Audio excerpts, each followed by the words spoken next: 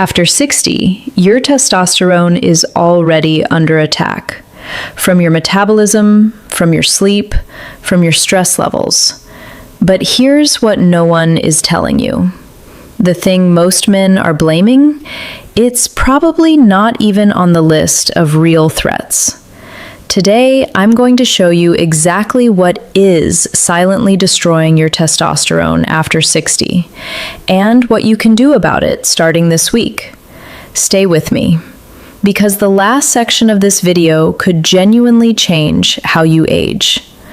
I'm Dr. Julia Rhodes, a men's sex therapist and hormone health specialist with over a decade of clinical experience working one-on-one with men, navigating the very real, very personal changes that come with aging.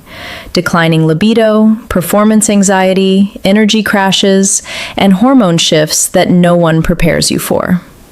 I've sat across from hundreds of men over 60 who came in ashamed, confused, and convinced they had done something wrong.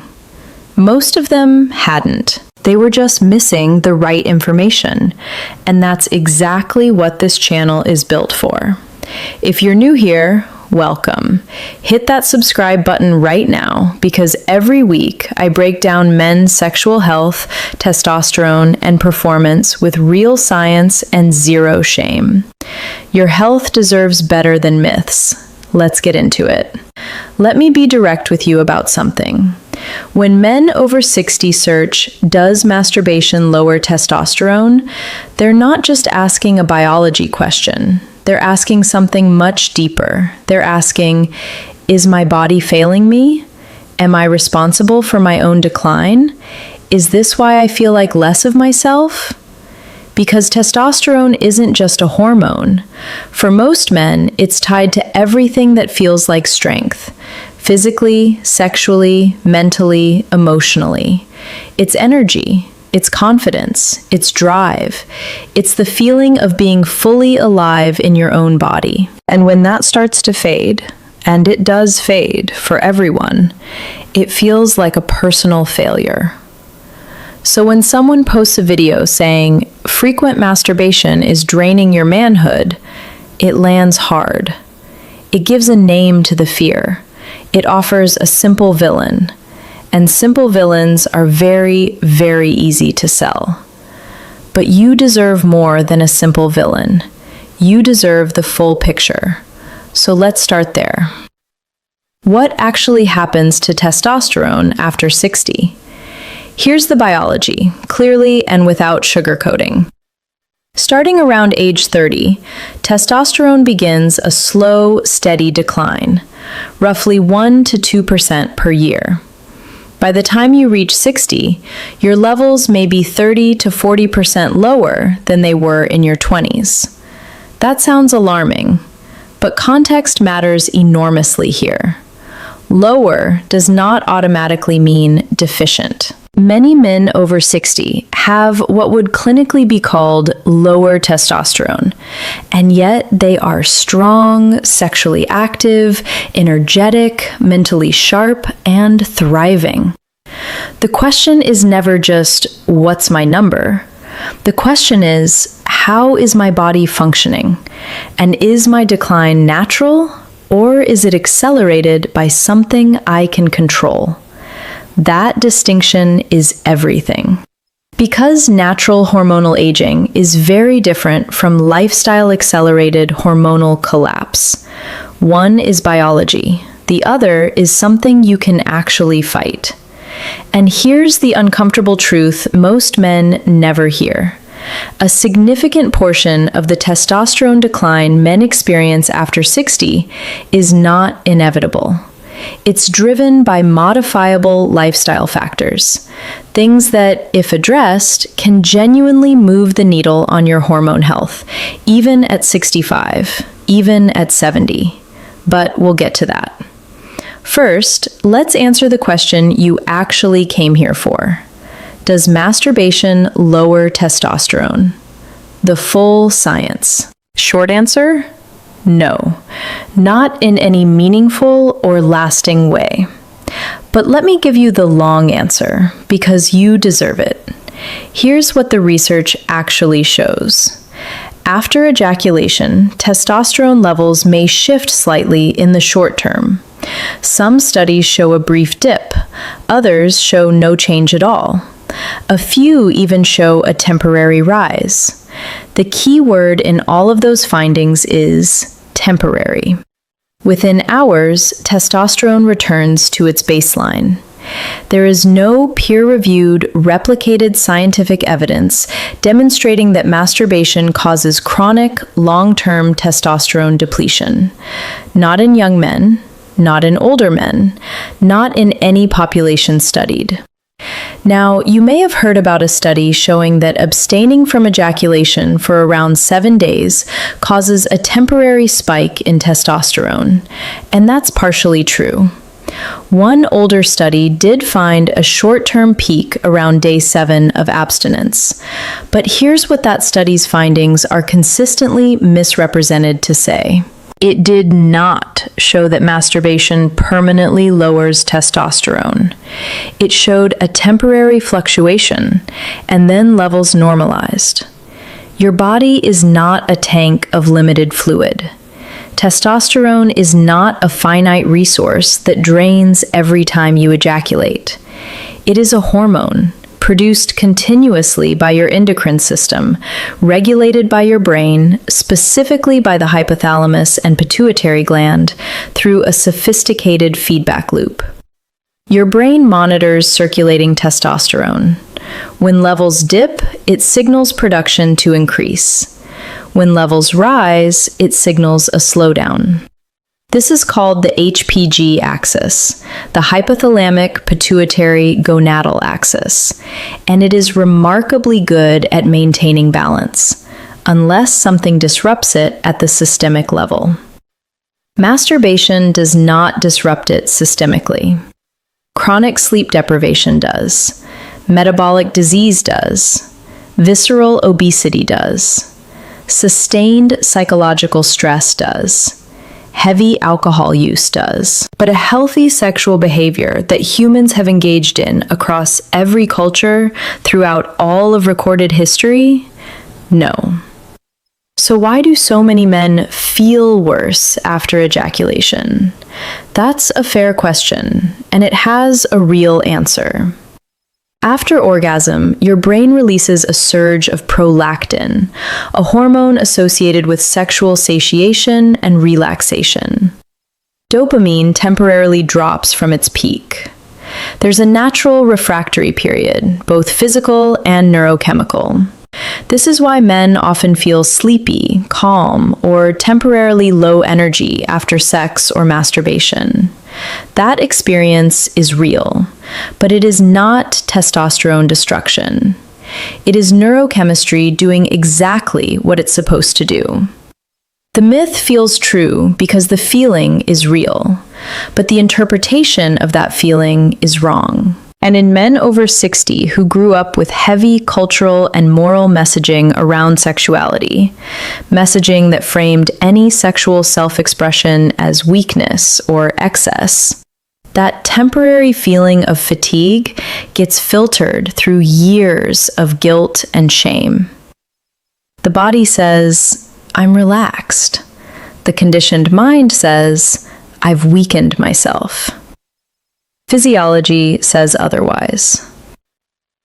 So what is actually destroying your testosterone after 60? Now we get to the part that matters most. Because here's the real issue. While men over 60 are worrying about masturbation, the actual testosterone killers are operating in the background, silently, daily, compounding over time. Let me walk you through each one. 1. Poor sleep, the single biggest silent killer. This is the one I wish more men took seriously. Approximately 70 to 80% of your daily testosterone is produced during sleep, specifically during deep, slow-wave sleep. Not during light sleep, not during REM, during deep sleep. If you are sleeping 5 hours a night, if you're waking frequently, If your sleep architecture is disrupted, your body is simply not getting the window it needs to produce testosterone adequately. Research from the University of Chicago found that just 1 week of sleep restriction to 5 hours per night reduced testosterone levels in young, healthy men by 10 to 15%. Now, imagine that playing out over months, over years. And this becomes even more critical after 60 because sleep quality naturally degrades with age. You spend less time in deep sleep, you wake more easily, and your circadian rhythm shifts. Add to that the fact that untreated sleep apnea is one of the most underdiagnosed and devastating testosterone suppressors in men over 60. Sleep apnea causes repeated drops in blood oxygen throughout the night. The body, in survival mode, suppresses non-essential functions, including testosterone production. Studies show men with untreated sleep apnea can have testosterone levels 20 to 30% lower than matched controls. If you snore heavily, wake unrefreshed, feel exhausted despite sleeping, please get a sleep study done before anything else. This alone could be the reason your levels are low. 2. Visceral body fat, the hormonal converter. Here's something that surprises many men. Fat tissue, particularly abdominal visceral fat, contains an enzyme called aromatase. Aromatase converts testosterone into estrogen. The more visceral fat you carry, the more active aromatase you have, and the more testosterone gets converted, reducing your circulating testosterone while simultaneously raising your estrogen levels. This creates a feedback loop that is genuinely difficult to break without deliberate intervention. Low testosterone makes it harder to build muscle and easier to gain fat. More fat means more aromatase. More aromatase means more testosterone converted to estrogen. Lower testosterone means even less drive to exercise. Round and round. The belly is not just a cosmetic issue. It is an active hormonal organ working against you. The good news: visceral fat is highly responsive to dietary changes and resistance training, often more so than subcutaneous fat. Meaningful reductions can begin showing hormonal benefits within weeks. 3. Sedentary lifestyle. Your body produces what it needs. Your endocrine system is adaptive. If you stop challenging your body physically, if you stop lifting, stop moving, stop demanding strength from your muscles, your body has no hormonal reason to maintain high testosterone production. Testosterone exists, in part, to build and maintain muscle.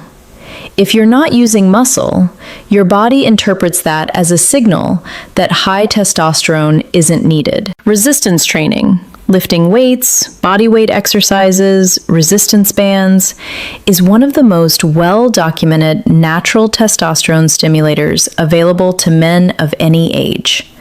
Studies show that compound movements like squats, deadlifts, and presses produce the most significant acute testosterone responses, and the effects accumulate over time.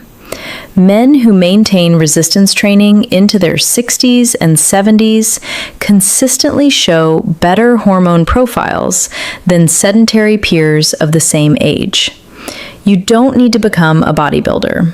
2 to 3 sessions per week of challenging resistance exercise can make a measurable difference. 4. Chronic psychological stress. Cortisol is your primary stress hormone.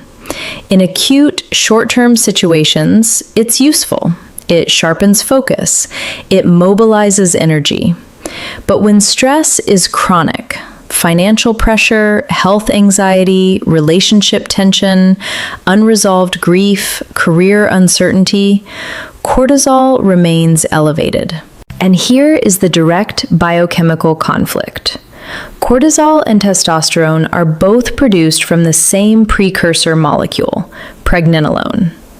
When your body is under sustained stress, it prioritizes cortisol production. Pregnenolone gets shunted toward cortisol synthesis and away from testosterone. This is sometimes called the pregnenolone steal, and it is a real, documented mechanism. High chronic stress doesn't just make you feel bad, it literally redirects the raw materials your body would use to produce testosterone. Stress management is not a soft recommendation. It is a hormonal intervention. 5. Alcohol. What a few drinks is actually doing. I want to be precise here because this is often misunderstood. 1 glass of wine with dinner? Not a significant hormonal issue. But regular heavy drinking, more than 14 units per week consistently, causes direct testicular damage, reduces the sensitivity of Leydig cells, the cells that produce testosterone, and elevates estrogen. Alcohol also suppresses sleep quality, specifically reducing deep sleep, compounding the hormonal impact.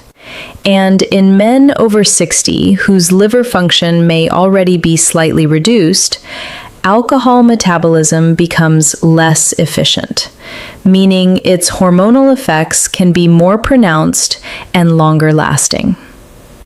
6. Nutrient deficiencies, the overlooked foundations. 2 specific deficiencies deserve attention. Vitamin D functions more like a hormone than a vitamin. Vitamin D receptors exist on the cells that produce testosterone. Studies consistently show correlation between low vitamin D and low testosterone. And supplementation in deficient men has shown modest but real improvements in levels. Given that many men over 60 spend less time outdoors and have reduced skin synthesis efficiency, deficiency is extremely common. Zinc is a critical cofactor in testosterone synthesis. The body cannot produce testosterone without adequate zinc. Heavy sweating, poor dietary intake, and some medications common in older men can deplete zinc levels. A simple blood panel can identify both deficiencies, and correcting them costs almost nothing. When should you actually be concerned? Now, let's be clinically responsible about this, because while lifestyle is the primary driver for most men, genuine hypogonadism, clinically low testosterone, is real, and it deserves real medical attention. If you are experiencing any combination of the following symptoms persistently: severe, unexplained fatigue that doesn't improve with rest, significant loss of muscle mass despite maintaining activity, persistent low mood or clinical depression, erectile dysfunction or complete loss of morning erections, cognitive fog, poor concentration or memory issues, very low or absent libido over an extended period. Do not self-diagnose. Do not self-treat. Get blood work done. A comprehensive hormone panel should include total testosterone, your overall level, free testosterone, the biologically active fraction, SHBG, sex hormone binding globulin, which binds testosterone and affects how much is available, estradiol, to assess the testosterone to estrogen balance, LH and FSH, to determine whether the issue is testicular or pituitary. Thyroid panel. Thyroid dysfunction mimics low testosterone symptoms almost perfectly. Vitamin D and zinc, fasting glucose and insulin. Insulin resistance is a powerful testosterone suppressor. This panel gives your doctor a full picture. And if treatment is appropriate, whether that's TRT, testosterone replacement therapy, lifestyle-based intervention, or addressing an underlying condition, you can make that decision with real data. Not guesswork, not fear, not a YouTube comment. What you can start doing this week. Here's the part I want you to actually remember. You are not powerless. Even after 60, even if your levels are lower than you'd like, meaningful improvement is possible through targeted lifestyle change. Here's where to start this week. Prioritize 7 to 8 hours of sleep. Treat it like a medical intervention, because it is. If your partner says you snore heavily or stop breathing at night, book a sleep study. Now. Get blood work done. Know your numbers. Within the next month, begin a resistance training program. Start with 2 sessions per week if you're new to it. Reduce alcohol to under 7 units per week if you're currently above that. Address your vitamin D, especially if you live in a northern climate or spend little time outdoors. Over the next 3 to 6 months, focus on reducing visceral fat through consistent dietary changes. You don't need an extreme diet. A sustainable caloric reduction combined with higher protein intake and resistance training is the most evidence-based approach. Develop a stress management practice. Therapy, meditation, breathwork, journaling. The modality matters less than the consistency. These are not quick fixes, but they are real and they compound. The man who commits to this for 6 months does not look or feel like the man who spent those 6 months worrying about masturbation. So let me answer this simply and finally. Does frequent masturbation destroy testosterone after 60? No. The science is clear. The evidence is consistent. The fear is understandable, but it is misdirected. Your testosterone is far more threatened by the quality of your sleep, the composition of your body, the consistency of your exercise, the level of your stress, and the state of your metabolic health than by any normal, healthy sexual behavior. Stop fearing the wrong thing. Start investing in the right things. Because here's what I've seen in over a decade of clinical practice. The men who age best are not the men who restrict the most. They are the men who understand their biology, take targeted action, and refuse to accept decline as inevitable. That can be you. Your age does not define your vitality. Your daily choices do. And you are far more in control than you have been led to believe. If this video gave you clarity, hit subscribe right now. Because every week I bring you evidence-based information on men's sexual health, hormone optimization, and performance that most doctors simply don't have time to explain in a 10-minute appointment. Share this with a man over 60 who is worrying about the wrong thing, and drop a comment below. I want to know, what has been the biggest change you've noticed in your energy or drive after 60? And what have you tried that actually helped? I read every comment, I respond, and your questions directly shape the videos I create next. I'm Dr. Julia Rhodes, and I'll see you in the next one.